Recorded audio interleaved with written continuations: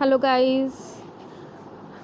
हमने अपनी पीटी 365 की ऑलरेडी 4 मैगजीन्स कवर कर चुके हैं, जिसमें से social issues, polity and constitution, international relations and उसके बाद हमने अभी लास्ट करी है आर्ट एंड कल्चर।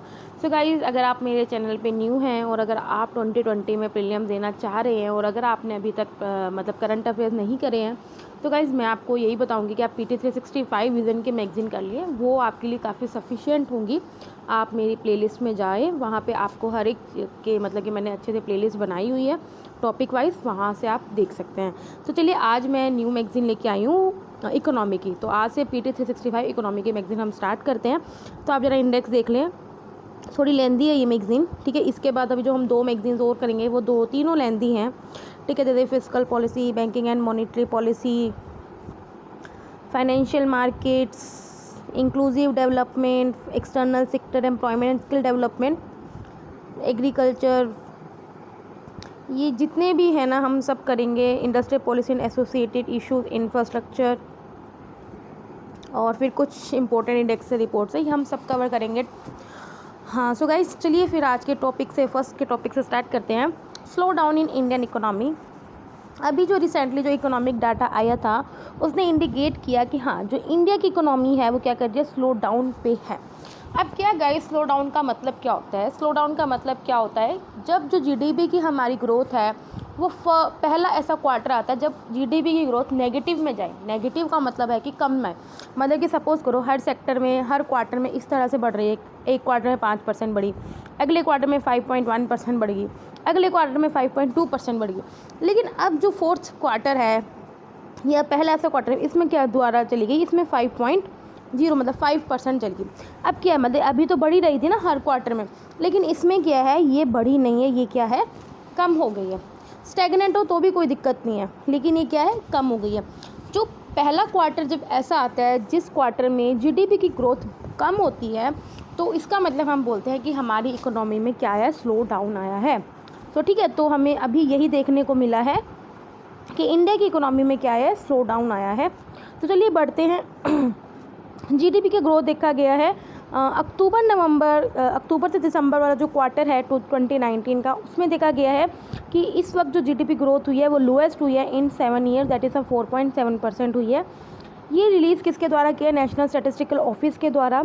अगर हम क्वार्टरली ग्रोथ के हिसाब से देखा जाए तो इंडिया ने जो अपना फास्टेस्ट ग्रोइंग इकोनॉमी का टैग था उसे खो दिया है, क्योंकि जो चाइना, अब क्योंकि इसमें चाइना ने ये टैग ले लिया है, जिसकी ग्रोथ कितनी 6% आई है सितंबर के क्वार्टर में। जो इकोनॉमिक सर्वे 2019-20 का उसने किया है कि जो हमारा 2020 से 2021 में ग्रोथ ईयर में, उसमें हमारा कुछ ग्रोथ देखने को मिलेगा जब हमारी जीडीपी 6% या 6.5% के करीब क्या करेगी, ग्रो करेगी। अब रीजंस क्या हैं जो स्लो डाउन हमारी इकोनॉमी में हुए हैं, इसके रीजंस क्या हैं? पहली बात तो स्ट्रक्चर स्लो डाउन है, मतलब कि मैन्युफैक्चरिंग, इलेक्ट्रिसिटी, कंस्ट्रक्शन, इन सब सेक्टर्स में क्या हमारी ग्रोथ बहुत स्लो है। दूसरा साइक्लिक है, मतलब कि इन्वेस्टमेंट, मतलब कि कमी आ रही है, इन्वेस्टमेंट कंस्ट्रक्शन है, और हमारे एक्सपोर्ट्स भी क्या हैं, कहीं ना कहीं कम हो रहे हैं। तो ये कुछ रीज़न है जिस वजह से जो हमारी जीडीपी है उसमें क्या है, एक फॉल आया है। इन्वेस्टमेंट देखा जाए, जो हमारा इन्वेस्टमेंट रेट है as measured by the gross fix capital formation, वो क्या है, वो अभी डिक्लाइनिंग ट्रेंड में जा रहा है। ग्रॉस फिक्स कैपिटल फॉर्मेशन क्या होता है? ये एक नेट इन्वेस्टमेंट होती है विच measures the net increase in fix capital. देखो, नेट इन्वेस्टमेंट क्या होता है, लाइक ठीक है, आपने इन्वेस्ट किया किसी कंपनी में 100 रुपये, ठीक है, लेकिन आपको कोई इसमें टैक्स वगैरह लगाया, इसमें कुछ खर्चा आया, तो उसमें आपके 20 रुपये कट गए, तो आपने टोटल तो 80 इन्वेस्ट किया है ना, ठीक है। तो यही होता है कि जो ग्रॉस फिक्स्ड कैपिटल इन्वेस्टमेंट है वो नेट इन्वेस्टमेंट होती है, जो मेज़र करती है कि हमारा फिक्स्ड कैपिटल में नेट इंक्रीज़ कितना हुआ है, ठीक है, नेट इंक्रीज़ कितना हुआ है फिजिकल कैपिटल में, ठीक है। अब जैसे जीडीपी को हम कैलकुलेट करते हैं 3 डिफरेंट मेथड से, इनकम मेथड से, एक्सपेंडिचर मेथड से, है ना, प्रोडक्ट मेथड से। तो ये कंपोनेंट है एक्सपेंडिचर मेथड का ऑफ कैलकुलेटिंग जीडीपी। अभी देखा गया है जो हमारा फिक्स इन्वेस्टमेंट रेट था 2011-12 का, उसके बाद से क्या है, ये इन्वेस्टमेंट रेट हमारा डिक्लाइन कर रहा है, और 2016-17 में जाके क्या हुआ था, ये मतलब कि स्टेबल हो गया था, लाइक ऐसे गिर रहा था। उसके बाद ये 2 साल स्टेबल चला, और फिर दोबारा देखा गया 2017-18 में फिर दोबारा ये डिक्लाइनिंग जा रहा है, ठीक है। तो आपको समझ में आया, 2011-12 से डिक्लाइन जा रहा था, फिर थोड़ा प्लेट्यूक्स आया, मतलब कि स्टेबल हुआ, दोबारा फिर क्या है, डिक्लाइनिंग ट्रेंड में गया है। सेविंग्स की बात की जाए तो सेविंग्स भी हमारी घट रही हैं, जो 2011 में 32.7% थी, वो 18 में 29.3% रहेगी। क्यों सेविंग इसलिए घट रही है कि क्या जो वेजेस है ना वो उतना ही है, मतलब वेजेस का कोई ग्रोथ नहीं है, जो आपकी कमाई है वो उतनी की उतनी है, जबकि जो एक्सपेंडिचर है वो आप लोगों का बढ़ रहा है, क्योंकि वहाँ पे जो मार्केट में प्रोडक्ट्स हैं उनका रेट हाई हो चुका है, प्राइस हाई हो चुका है, इन्फ्लेशन हो चुकी है। तो इस वजह से क्या है, सेविंग्स भी आपकी डिक्लाइन हुई है। टोटल फैक्टर प्रोडक्टिविटी क्या है ये देख लेते हैं। It is the ratio of total output that is the GDP and the weighted average of input that is the example labour of capital. जिसकी कंट्री की टोटल फैक्टर प्रोडक्टिविटी हाई होती है इसका मतलब वो कंट्री अच्छा ग्रोथ कर रही है, ठीक है। लेकिन 2008 से देखा गया है जो टोटल फैक्टर प्रोडक्टिविटी है वो हमारी स्लो हो रही है काफ़ी नेशन की। इवन चाइना की तो 2012 से क्या नेगेटिव में चल रही है, ठीक है। 2016 में जो इंडिया की टोटल फैक्टर प्रोडक्टिविटी ग्रोथ देखी गई थी 3.5% थी, और 2017 में ये 1.6% रहेगी, और 2018 में थोड़ी सी बढ़ के 2.4% हुई। देखो इंडिया क्या है वो मिडिल इनकम ट्रैप कंट्रीज़ में आ गया। अब मिडिल इनकम ट्रैप क्या होता है, जो पीएम की इकोनॉमिक एडवाइजरी काउंसिल है उनके एक मेंबर ने इंडिया को वार्न किया कि वो एक मिडिल इनकम ट्रैप में क्या है, मतलब कहीं ना कहीं ट्रैप हो गया। अब इसका मतलब क्या होता है, वो कंट्रीज़ होती हैं जो मतलब कि रैपिड ग्रोथ कर रही हैं और वो एकदम से मिडिल इनकम के स्टेटस पे पहुंच गई हैं। लेकिन अब क्या है ना, अब मिडिल इनकम के स्टेटस पहुंचने के बाद ना वो इस इनकम रेंज से ना आगे नहीं बढ़ पा रही, ठीक है, इस इनकम रेंज से आगे नहीं बढ़ पा रही, जिस वजह से वो डेवलप्ड कंट्रीज़ या फिर हाई इनकम स्टेटस का टैग अचीव करने में क्या है अभी असमर्थ है। जिस तरह यार एग्जांपल ले लो, आप वेट का एग्जांपल ले लो यार, आप वेट लूज़ कर रहे हो, ठीक है, आपने पहले तो बहुत अच्छे से वेट लूज़ किया, 10 किलो आपका वेट लूज़ हो गया। अब क्या आप एक उस पर अटक गए हो और उसके बाद आप नहीं कर पा रहे हो, तो उसी तरह इसमें ही बताया कि वो कंट्रीज में पहले तो बहुत रैपिडली ग्रोथ कर रही है, लेकिन उसके बाद अब एक उस पर अटक गई हैं और अब वो आगे नहीं बढ़ पा रही हैं, हाई इनकम स्टेटस की कंट्रीज़ में नहीं जा पा रही। ये न्यू फिनोमिना था जो मिडिल इनकम ट्रैप का, और पहली बार वर्ल्ड बैंक ने अपनी रिपोर्ट में मेंशन किया था 2007 में, ठीक है। ये ऐसा क्यों होता है, जो स्लो डाउन ऐसे ग्रोथ में स्लो डाउन होता है, तो ये डायरेक्ट इफेक्ट्स या इनडायरेक्ट इफेक्ट दोनों से हो सकता है। डायरेक्ट इफेक्ट मतलब कोई इनकम का आपका लॉस हो रहा है, इनडायरेक्ट इफेक्ट कोई आपके सोशल कन्फ्लिक्ट्स हो रहे हैं, तो उन दोनों इशूज़ की वजह से ये स्लो डाउन हो सकता है। ऑटो इंडस्ट्री में ये अभी इंपॉर्टेंट था काफ़ी। According to society of Indian automobile manufacturers के डाटा के अकॉर्डिंग ऑटो इंडस्ट्री ने जुलाई मंथ में बहुत ज़्यादा स्टीप डिक्लेयर मतलब कि सेल नहीं हुई उनकी व्हीकल्स की। रीज़न क्या था, क्योंकि एनबीएफसी क्राइसिस हो गया था। दूसरा क्या है, काफ़ी मल्टीपल मिनिस्ट्रीज ने पॉलिसी सेट की हुई हैं। अब क्या लोग ओला ये जो शेयर्ड व्हीकल्स हैं इनको ज़्यादा प्रेफर करते हैं, या फिर जो लोग सेकेंड हैंड व्हीकल मतलब जो प्री ओन व्हीकल मार्केट है उनको क्या कर रहे हैं, ज़्यादा प्रेफर कर रहे हैं, ठीक है गाइस। तो इस वजह से हमने देखा कि जो इंडियन इकोनॉमी में क्या स्लो डाउन क्यों हो रहा है, ठीक है। तो उसमें हमने हर फैक्टर देख लिया, किस तरह से हमारी जीडीपी कम हुई है, किस तरह से इन्वेस्टमेंट हमारी डिक्लाइन हुई है, सेविंग डिक्लाइन हुई है, टोटल फैक्टर प्रोडक्टिविटी भी डिक्लाइन हुई है, मिडिल इनकम ट्रैप में इंडिया फंस चुका है, ऑटो इंडस्ट्री में भी हमारा क्या डिक्लाइन देखने को मिला। अभी कुछ और एडिशनल इन्फॉर्मेशन देख लेते हैं। Changes made in India GDP series 2015 में जो सेंट्रल स्टैटिस्टिकल ऑफिस था उसने क्या किया, एक रिवाइज मेथोडोलॉजी लाया कि किस तरह से वो जीडीपी कैलकुलेट करेगा। सबसे पहले हमने बेस ईयर चेंज किया, जो सबसे पहले 2004-05 का हम बेस ईयर यूज़ करते थे, हमने उसको 2011-12 का बेस ईयर से चेंज कर दिया, ताकि क्या कर सके, जो हम अनऑर्गेनाइज्ड का सेक्टर का डाटा है उससे भी क्या कर सके, इंक्लूड कर सके, ठीक है, फ्रॉम एनएसएसओ एम्प्लॉयमेंट अनएम्प्लॉयमेंट का सर्वे, ठीक है। हमने क्या किया, कुछ मतलब कि रिकमेंडेशन जो कि national account system of national account ने जो रिकमेंडेशन की थी उनको हमने यूज़ किया। जैसे हमने क्या किया, जो ग्रोस वैल्यू एडिड और नेट वैल्यू एडिड को बेसिक प्राइसेस पे कैलकुलेट करने लगा। आपको पता है किसी प्रोडक्ट को हम दो तरह से चेक कर सकते हैं, उनकी फैक्टर कॉस्ट से और मार्केट प्राइस से। अब फैक्टर कॉस्ट का मतलब क्या होता है, सपोज करो मेरा प्रोडक्ट है, मैंने मतलब प्रोडक्ट बना के 10 रुपये में मैंने तैयार कर लिया, तो ये क्या, ये फैक्टर कॉस्ट है, मतलब कि मेरा 10 रुपये का प्रोडक्ट है, लेकिन मार्केट तक पहुँचते पहुँचते इसमें कितने टैक्सेस ऐड होंगे, ठीक है, या कुछ सब्सिडी गवर्नमेंट अपनी तरफ से देगी। सपोज करो इसमें मेरे 7 रुपये का तो टैक्स लग गया, मतलब 2 रुपये की इसमें सब्सिडी मुझे किसने दे दी, गवर्नमेंट, तो मेरा 15 रुपये का हो गया। तो कंज्यूमर को तो ये क्या, ये मार्केट प्राइस हो गया, ठीक है। तो कंज्यूमर को तो 15 रुपये देने पड़ेंगे ना, तो ये डिफरेंस होता है फैक्टर कॉस्ट और मार्केट प्राइस में। तो क्या हुआ, जो पहले जो जीडीपी हम जो मेज़र करते थे फैक्टर कॉस्ट पे, अब हमने क्या किया है, उसको हमने मार्केट प्राइस पे या बेसिक प्राइस पे स्टार्ट कर दिया इवेल्युएट करना। अब इससे क्या बेनिफिट होगा, देखो, considering GDP at the market price as headline GDP instead of GDP at factor का, इससे हमें क्या, हम कंज्यूमर सेंट्रिक जो एक्चुअल में कंज्यूमर क्या फील कर रहा है, एक्सपीरियंस कर रहा है, हमें उसका पता चलेगा, ठीक है, क्योंकि एक्चुअल में तो हमें तो 15 रुपये का ही पड़ेगा ना। तो कंज्यूमर के पर्सपेक्टिव से हमें जीडीपी को कैलकुलेट करना चाहिए, ना कि जो प्रोडक्शन जहाँ पे हो रही है उसके हिसाब से। तो ये हमने कुछ क्या कह रहा है, चेंज किया। हमने क्या किया, incorporation of ministry of corporate affairs 21 data पे हमने क्या किया, इसमें कॉर्पोरेट सेक्टर को कॉम्प्रिहेंसिवली कवरेज किया, जैसे माइनिंग में, मैन्युफैक्चरिंग में, सर्विसेज में।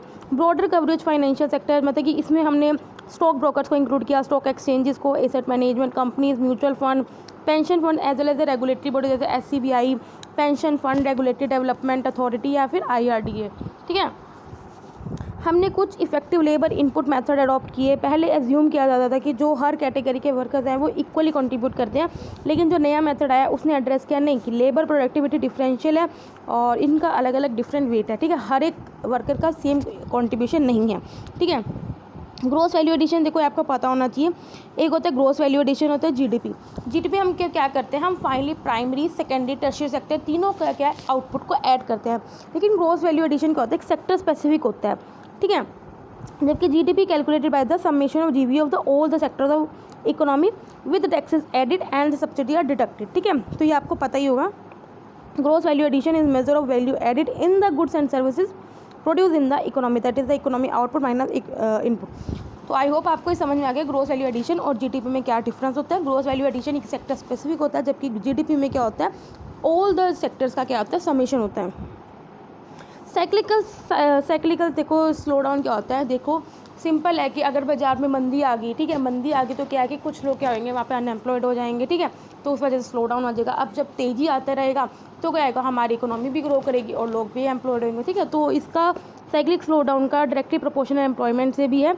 तो फिलहाल इसमें यही है कि भी जब बाज़ार में मंदी है तो हमारी GDP कम मतलब कि डाउनग्रेड करेगी, और अगर बाज़ार में मतलब कि तेज़ी है तो हमारी GDP क्या करेगी, अपग्रेड जाएगी। ठीक है, तो यही बताया इसमें। ये slow down last open short to medium terms के लिए भी जा सकते हैं and are based on the changes in the business cycle, depend करते हैं बिजनेस साइकिल के चेंज पे। ठीक है, स्ट्रक्चर स्लो डाउन किसकी वजह से होता है, टेक्नोलॉजी की वजह से होता है। ये more deep rooted phenomena, it is driven by the disruptive technologies changing demography. इस प्रॉब्लम्स को मतलब कि अंडरटेक करने के लिए हमने न्यू इकोनॉमिक पॉलिसी 1991 में क्या करी थी, लेके आए थे। ठीक है, देखो गाइस ये आप सब पढ़ते होंगे साइक्लिकल अनएम्प्लॉयमेंट, स्ट्रक्चर अनएम्प्लॉयमेंट। तो उसका मतलब यही है, स्ट्रक्चर अनएम्प्लॉयमेंट क्या है कि टेक्नोलॉजी की वजह से जो अनएम्प्लॉयमेंट आ रही उसमें। साइक्लिकल अनएम्प्लॉयमेंट में भी यही है कि जब काम अवेलेबल है तो आपको एम्प्लॉयमेंट मिलेगी, जब काम अवेलेबल ही नहीं है मार्केट में तो उस वक्त एम्प्लॉयमेंट नहीं मिलेगी। स्टैगफ्लेशन का मतलब क्या होता है कि इसमें क्या है कि जो ग्रोथ है वो बिल्कुल स्टेगनेंट है, ना बढ़ रही है ना घट रही है। इन्फ्लेशन आ गई है लेकिन साथ में क्या हाई एम्प्लॉयमेंट आ गई है, हाई अनएम्प्लॉयमेंट आ गई है। ये प्रोलॉन्ग पीरियड के लिए होता है। लिटर और नो ग्रोथ मतलब कि इसमें क्या होता है, या तो ग्रोथ हो ही नहीं रही है, अगर हो रही है तो बहुत कम हो रही है, usually less than 2 to 3%। Normal जो अगर आप सपोज करो लो ग्रोथ, नॉर्मल अगर लो ग्रोथ सिचुएशन है, मतलब कि ऐसा नहीं कि भी इन्फ्लेशन है या फिर अनएम्प्लॉयमेंट है, सिर्फ ग्रोथ नहीं हो रही है, तो उसमें क्या करती है जो गवर्नमेंट या जो सेंट्रल बैंक है कुछ हमें इकोनॉमिक स्टिमुलस प्रोवाइड करता है, या फिर पब्लिक स्पेंडिंग करता है, या फिर कोई इंटरेस्ट रेट काट देता है ताकि हम दोबारा से अपनी इकोनॉमी को रिवाइव कर सकें। लेकिन स्टैगफ्लेशन में क्या होता है ना, गवर्नमेंट या सेंट्रल बैंक भी कुछ नहीं कर पाती, क्योंकि अगर वो कुछ भी करेगी वो कंडीशन को और वर्स बनाएगी, और इस वजह से मतलब कि कंज्यूमर है वो और दिक्कत में जाएगा। तो इस वजह से क्या है, जो स्टैगफ्लेशन है ना वो बहुत ही ज़्यादा कॉम्प्लेक्स फिनोमिना है। ठीक है, तो first advance estimates of national income की जो रिलीज़ किया गया है वो नेशनल स्टैटिस्टिकल ऑफिस के द्वारा किया गया है, जो कि under ministry of statistics and programme implementation के अंदर है। जो एडवांस्ड एस्टिमेट है वो किस इंडिकेटर्स में हम क्या करते हैं, बेस है। देखो पहला तो इंडेक्स ऑफ इंडस्ट्रियल प्रोडक्शन। देखो जो इंडेक्स ऑफ इंडस्ट्रियल प्रोडक्शन है वो ऑलरेडी 3 इंडिकेटर्स पे डिपेंड करता है, mining, electricity and the manufacturing. ठीक है, तो इन 3 पे ये बेस है। तो जो एडवांस एस्टिमेट्स हैं वो ऑलरेडी कितने इंडिकेटर पे बेस है, पहला तो इंडेक्स ऑफ इंडस्ट्रियल प्रोडक्शन, दूसरा जो प्राइवेट कॉर्पोरेट सेक्टर कंपनीज़ हैं उनकी क्या फिजिकल परफॉर्मेंस है, क्या फाइनेंशियल परफॉर्मेंस उस पर बेस्ड है, सेंट्रल और स्टेट गवर्नमेंट के अकाउंट्स पे, और जो इन्फॉर्मेशन जैसे डिपॉजिट्स या क्रेडिट्स, इन इंडिकेटर्स के ये क्या बेस्ड है। अब इससे क्या है, जो हम एडवांस एस्टिमेट ले लेते हैं, एडवांस एस्टिमेट से हमें एक ही बेनिफिट है कि हमें ये पता चलता है कि जो एक फाइनेंशियल ईयर है उसके पहले 8 मंथ में क्या एक्चुअली इकोनॉमी में क्या हुआ है क्या नहीं हुआ है, तो इससे हमें इस चीज़ का एस्टिमेट लग जाता है। तो गाइस आई होप आपको ये समझ में आया हो। ठीक है, तो हमने ये भी अच्छे से कर लिया स्टैगफ्लेशन क्या होता है, जब इन्फ्लेशन और अनएम्प्लॉयमेंट दोनों अपने हाई रेट पे हों। ठीक है, तो ये बहुत ज़्यादा कॉम्प्लेक्स फिनोमेना है। ठीक है, क्योंकि इसमें जो गवर्नमेंट अगर कुछ भी स्टेप लेती है, सेंट्रल बैंक कुछ भी स्टेप लेता है तो वो सिचुएशन को और वर्स बनाता है। ठीक है, चलिए अगले टॉपिक पे चलते हैं, फॉरेन करेंसी बोरोइंग। अभी बजट 2019-20 में देखा गया है, जो फाइनेंस मिनिस्टर ने अनाउंस किया कि गवर्नमेंट को कुछ हमें क्या करना चाहिए, कुछ अपने बॉन्ड्स क्या करने चाहिए, एक्सटर्नल मार्केट में भी इशू करने चाहिए। एक्सटर्नल मार्केट मतलब फॉरेन मार्केट में भी इशू करने चाहिए, और दूसरी करेंसी मतलब कि बाहर की फॉरेन करेंसी में क्या करना चाहिए, इशू करना चाहिए। लेकिन अभी तक इस स्टेप को लिया नहीं गया है। न्यूज़ में और देख लेते हैं कि क्या था। जो इंडिया गवर्नमेंट का आइडिया है कि हम फॉरेन करेंसी में बोरो करेंगे, वो 1919 से काफ़ी बार डिस्कस हो चुका है, ठीक है। लेकिन इसने क्या रिकमेंडेशन क्या किया है कि देखो, इससे क्या होता है, अगर जो अपनी गवर्नमेंट है वो एक्सटर्नल मार्केट में एक्सटर्नल करेंसी में बॉन्ड्स इशू करे, तो इससे हमें क्या फ़ायदा हो सकता है। देखो पहली बात तो यही है, जो हमारा क्राउडिंग इफेक्ट है, क्राउडिंग आउट इफेक्ट है, हम इसको एड्रेस कर सकते हैं। गाइस क्राउडिंग आउट इफेक्ट क्या होता है, लाइक सपोज करो बाहर की जो फॉरेन कंपनीज़ हैं वो इंडिया में इन्वेस्ट कर रही हैं, लेकिन अगर उन्हें लग रहा है कि हाँ यार हमारी इन्वेस्टमेंट यहाँ पे सेफ़ नहीं है, क्योंकि इंडिया की इकोनॉमी अगर गिर ही जा रही है, तो उन्हें भी लगेगा कि हमारा पैसा सेफ़ नहीं है, तो सारी की सारी कंपनीज़ क्या होती हैं, अपने पैसे को वापस अपने देश लेके जाना चाह रही है, या फिर कहीं और लेके जाना चाह रही है, मतलब उस कंट्री से बाहर लेके जाएंगी। तो क्राउडिंग आउट इफेक्ट यही होता है कि कैपिटल का एक तरफ से फ्लाइट ऑफ होता है, ठीक है। कैपिटल, हमारी जो इंडिया की कैपिटल है वो सारी की सारी उड़ जाती है, तो इसी को बोलते हैं क्राउडिंग आउट इफेक्ट। तो इस इफेक्ट को एड्रेस करने के लिए इंडिया को क्या करना चाहिए, गवर्नमेंट बोर्ड एक्सटर्नल मार्केट में एक्सटर्नल करेंसी में क्या करने चाहिए, इशू करने चाहिए, ठीक है। दूसरा ये है कि इससे क्या है, हमारी डोमेस्टिक सेविंग इंक्रीज़ हो सकती है, हमारी प्रोडक्शन इंक्रीज़ होएंगी, ठीक है। इससे क्या होगा, द लेस एक्सपेंसिव जो सोर्स है रिसोर्सेज के, enforce financial discipline on the government. आगे बढ़ते हैं। इससे क्या होगा, इंडियन कंपनीज क्या है कि अपनी मनी अब्रॉड में भी क्या कर सकती हैं, इन्वेस्ट कर सकती हैं। लेकिन इस रीज़न को हमने क्या किया, हमने मतलब कि ज़्यादा अच्छे से नहीं लिया इस रिकमेंडेशंस को। एक सेकेंड हाँ, लेकिन अब क्या है कि इंडिया ने अभी तक कभी भी अपने जो गवर्नमेंट बॉन्ड्स है वो एक्सटर्नल मार्केट में इशू नहीं किए, एक्सटर्नल करेंसी में। क्यों? क्योंकि उन्हें लगता है कि अगर हम डॉलर में अपने बॉन्ड इशू करेंगे तो कहीं ना कहीं क्या है कि हम उनके कंट्रोल में आ जाएंगे। सब्जुगेट का मतलब क्या होता है, कंट्रोल में आ जाना, इंडिया के इंटरेस्ट कंट्रोल में आ जाएंगे ग्लोबली। और दूसरी बात, ये चीप ऑप्शन नहीं है, क्योंकि अगर आप बाहर के करेंसी में वो करोगे, मतलब इशू करोगे, तो क्योंकि अभी आपका रुपये डिप्रिसिएशन हो रहा है, तो उसको लौटाना बहुत मुश्किल हो जाएगा पैसे को, ठीक है। वो हमें क्या पड़ेगा, एक्सपेंसिव पड़ेगा। दूसरा क्या है, जो गवर्नमेंट बॉन्ड है, सॉवरेन बॉन्ड क्या होता है, देखो एक तरह का डेप्ट होता है। सिंपल मैं आपको बताती हूँ बॉन्ड होता क्या है। सपोज करो मैं गवर्नमेंट हूँ, ठीक है, मुझे कुछ पैसे चाहिए, ये कोई डेप्ट मतलब सपोज करो ये ए आदमी है, मुझे ए आदमी से पैसे लेने हैं, तो मैं क्या करूँगी, मैं अपने बॉन्ड इशू कर दूँगी, ये मेरे बॉन्ड ले लेगा और ये मुझे उसके बदले में क्या देगा, पैसे मिलेगा। सपोज़ करो मैंने बॉन्ड बनाया 100 रुपये का, तो मैं इसे बॉन्ड दे दूँगी 100 रुपये का, और ये मुझे 100 रुपये क्या दे देगा, कैश में दे देगा। ये जो भी है, जो लिक्विडिटी है ना, उसमें मुझे प्रोवाइड कर देगा, ठीक है। तो यही बॉन्ड होता है, गवर्नमेंट बॉन्ड या बोल लो, या फिर सॉवरेन बॉन्ड, जो भी है, तो वो यही होता है, ठीक है। एक सेकेंड यार, तो आपको समझ में आ गया। Government bond is a sovereign bond is a form of डेप्ट, ये डेप्ट की तरह होता है, that government undertakes wherein it issue bonds उसने इशू किए, और उसका प्रॉमिस है कि हाँ मैं आपको इंटरेस्ट पेमेंट भी करूँगा पीरियोडिक, और जब उसकी मैच्योरिटी डेट आ जाएगी तो मैं आपको पूरा जो एंटायर जो प्रिंसिपल अमाउंट है बॉन्ड का वो भी आपको इशू मतलब दूंगा। तो गवर्नमेंट क्या करती है, अभी तक जो गवर्नमेंट ने सिर्फ डोमेस्टिक मार्केट में ही बॉन्ड्स इशू किए हैं, जबकि जो सॉवरेन बॉन्ड्स होते हैं वो फॉरेन या डोमेस्टिक करेंसी में भी क्या कर सकते हैं, हम इशू कर सकते हैं। देखो सॉवरेन बॉन्ड का मतलब यही है कि जो गवर्नमेंट बॉन्ड्स क्या कर रहा है, अगर इशू कर रही है कहाँ पे, फॉरेन मार्केट में, लेकिन फॉरेन मार्केट में वो फॉरेन करेंसी या डोमेस्टिक करेंसी किसी में भी इशू कर सकती हैं, ठीक है। सो गाइस आई होप आपको समझ में आ गया कि गवर्नमेंट बॉन्ड और सॉवरेन बॉन्ड में क्या फ़र्क है। 15th फाइनेंस कमीशन देख लेते हैं। रिसेंटली किया जो 15th फाइनेंस कमीशन है, उसने एक नई रिपोर्ट सबमिट करी है, और उसमें उसने कुछ रिकमेंडेशन दिया है फाइनेंशियल ईयर 2020-2021 के लिए। अभी जो 15th फाइनेंस कमीशन ने 2 रिपोर्ट सबमिट करी है, एक तो उसने 2020-21 के लिए करी है, दूसरी इसने करी है ये 5 साल के लिए, जो 2021 से लेकर 26 तक। और जो इस रिपोर्ट को सबमिट करने की डेडलाइन है 30 अक्टूबर 2020। जो 15th फाइनेंस कमीशन था, उसने जो रिपोर्ट अभी सबमिट करी है 2020 से 25 तक, हाउएवर इसका टर्म 1 साल एक्सटेंड हो गया था, क्योंकि इसने पिछले साल अपनी रिपोर्ट सबमिट नहीं की थी, तो इसलिए। जो आपको पता होना चाहिए, फाइनेंस कमीशन हमारी कॉन्स्टिट्यूशनल बॉडी है, आर्टिकल 280 के अंडर है, ये क्वासी जुडिशियल बॉडी है, हर 5 साल पीछे से क्या है, हर 5 साल पीछे से कॉन्स्टिट्यूट किया जाता है। ये रिकमेंड करती है किस तरह से हम क्या करेंगे, टैक्सेस को क्या करेंगे, डिस्ट्रीब्यूट करेंगे सेंटर और स्टेट्स के बीच में, या फिर दो स्टेट्स के बीच में किस तरह से डिस्ट्रीब्यूशन होगा। इसे हर 5 साल बाद कौन कॉन्स्टिट्यूट करता है? President of India. President of India ये फाइनेंस कमीशन को अपने हिसाब से भी कॉन्स्टिट्यूट कर सकती है, जब उसे लगे कि हाँ अभी से नेसेसरी है, इसकी हमें ज़रूरत है, तो भी वो कॉन्स्टिट्यूट कर सकती है। अब क्या था, कुछ फाइनेंस कमीशन में क्या थी, उसके फंक्शंस को छुपाया जा रहा था, क्योंकि आपको पता जब प्लानिंग कमीशन था तो प्लानिंग कमीशन ज़्यादा काम करती थी, इवन फाइनेंस कमीशन का काम भी प्लानिंग कमीशन करता था। तो इस वजह से जो हमारे कॉन्स्टिट्यूशन में हमने कुछ चेंज लेके गए, धीरे धीरे गवर्नमेंट ने कुछ रिफॉर्म्स लेके आई, जैसे प्लानिंग कमीशन को रिप्लेस कर दिया नीति आयोग से, और जो पहले क्या होता प्लान और नॉन प्लान एक्सपेंडिचर अलग होता था तो उसे रिमूव कर दिया। इंट्रोडक्शन हमने जीएसटी को इंट्रोड्यूस ले आए, एक FRBM एक्ट लेके आए, that is the physical responsibility and budget management act, इसको लेके आए।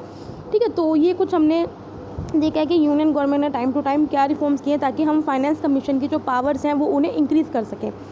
ठीक है, तो आप देख सकते हो term of reference 15 finance commission, guys आप खुद देख लेना। रिकमेंडेशन क्या दिया, देखो रिकमेंडेशन यही दिया कि जो अभी तक जो सेंटर स्टेट्स को जो शेयर देता था 42% देता था, लेकिन अब वो 41% देगा, मतलब कि 1% कम किया। क्यों? क्योंकि जो अभी न्यू यूनियन टेरिटरीज बनी हैं जम्मू कश्मीर और लद्दाख, उनका भी जो शेयर है वो सेंटर के खाते से ही जाएगा। तो इसलिए जो स्टेट्स को अभी जो 42% था अब उसे 41% कर दिया गया। इन्होंने क्या परफॉर्मेंस बेस्ड इंसेंटिव, मतलब कि जो स्टेट अच्छा परफॉर्म करेगी हम उन्हें उस हिसाब से ज़्यादा पैसे देंगे।